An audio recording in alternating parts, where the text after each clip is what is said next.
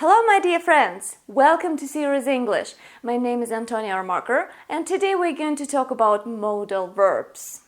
Actually, we're going to touch upon an unusual function of modal verbs when we talk about different degrees of certainty.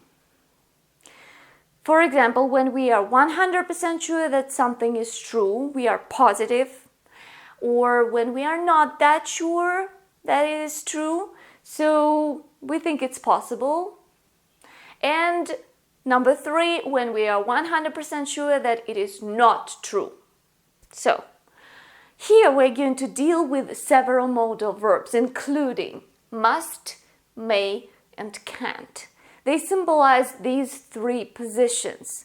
100% sure it's true, possible, or 100% sure it's not true. So these are 2 extremes. And may is somewhere in the middle when you think that something is possible. So let's get cracking, and we are going to start with the first position when we are 100% sure or 100% positive that something is true. In this case, we use the modal verb must. And most frequently, after this verb, we will see the verb be, without the particle to, of course, because these are modal verbs we are dealing with. So let's take a look at a couple of examples. Let's imagine a situation. There's a girl who fancies her colleague. She likes him a lot, but she can't seem to express her feelings. She's too shy. And then a woman comes to this colleague. They are together, they are chatting, smiling, laughing, and this girl who fancies that man thinks, this must be his sister. Not his wife, not his girlfriend, no.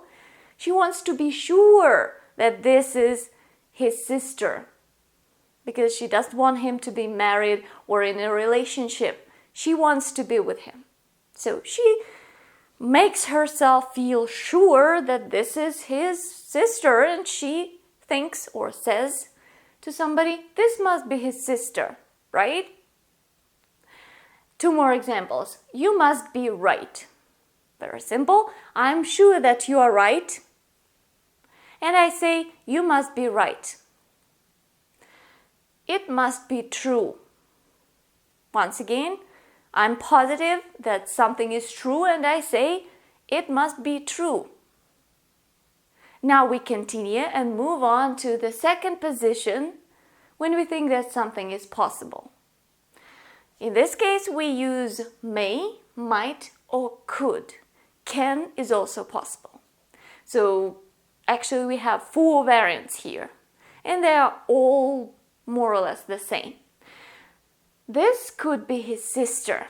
Now, do you see the difference? This must be his sister, and this could be his sister.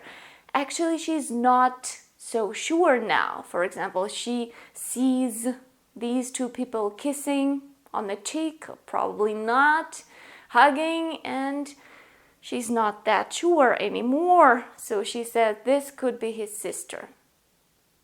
It still could be his sister.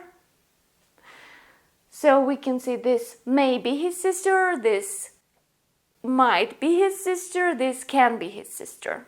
All variants are possible. You may be right. Once again, I'm not that sure, but I think it's possible. You may be right. You might be right. You can be right. You could be right. This book might help you. Try it.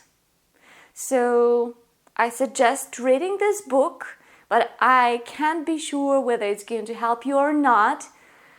But I think it could. So I say this book might help you. Try it. And thirdly, we are going to consider the situation when we are 100% sure that something is not true.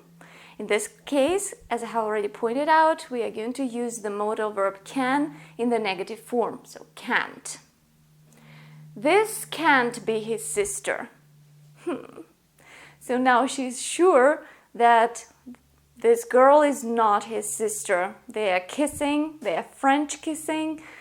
So this can't be his sister. No.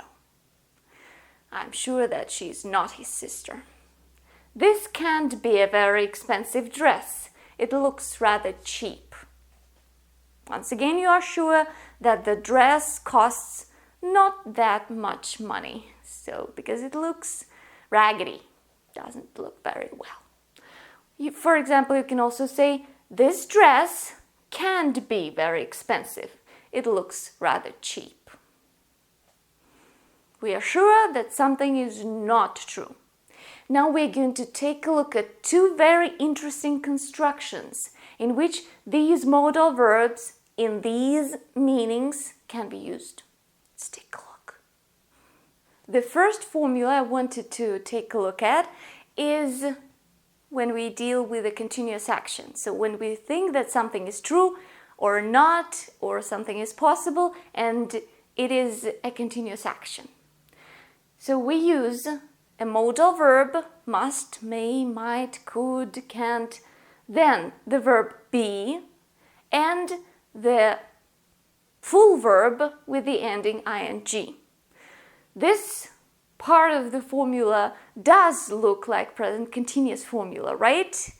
And we are dealing with a continuous action in present. Let's take a look at a couple of examples. Frank must be having lunch now. So, for example, I can't reach him. And I conclude that he must be having lunch now. So right now he is in process of having lunch, and I'm sure of that, 100% positive. She might be driving at the moment. I'm calling my friend and she doesn't pick up. Why? Why doesn't she pick up? Well, she might be driving at the moment, so she can't pick up. I'm not sure, but I think it's possible. One of the variants. They can't be sleeping. It's noon. I'm sure that they are not sleeping because it's 12 o'clock. It's time to wake up. They can't be sleeping. It's noon.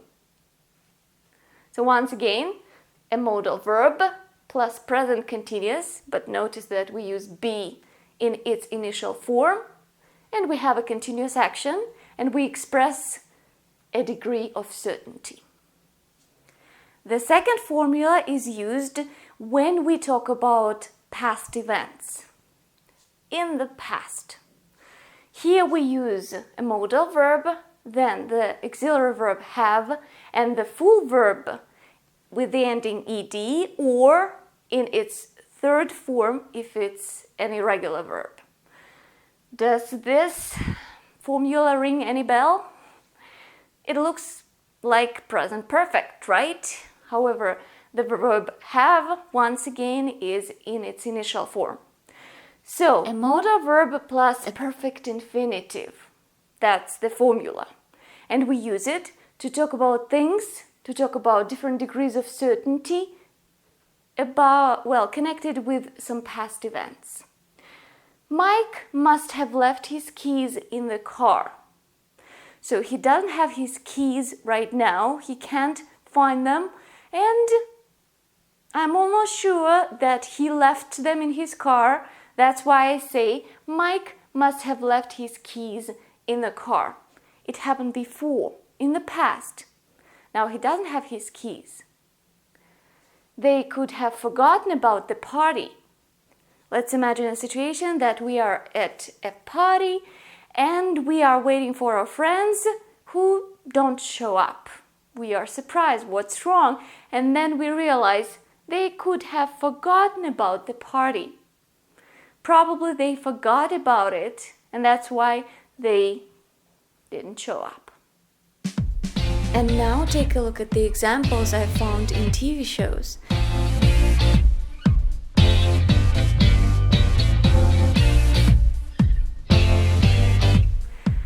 Okay, that's basically it. If you have any questions, feel free to write to me, write a comment. I will try to answer as soon as possible. But that's it for today. I hope that now you have a better understanding of this topic, and I hope that you're going to continue studying English with me. Do not forget to like this video, subscribe, share, and I hope to see you soon. Happy English and Russian practice. Bye-bye.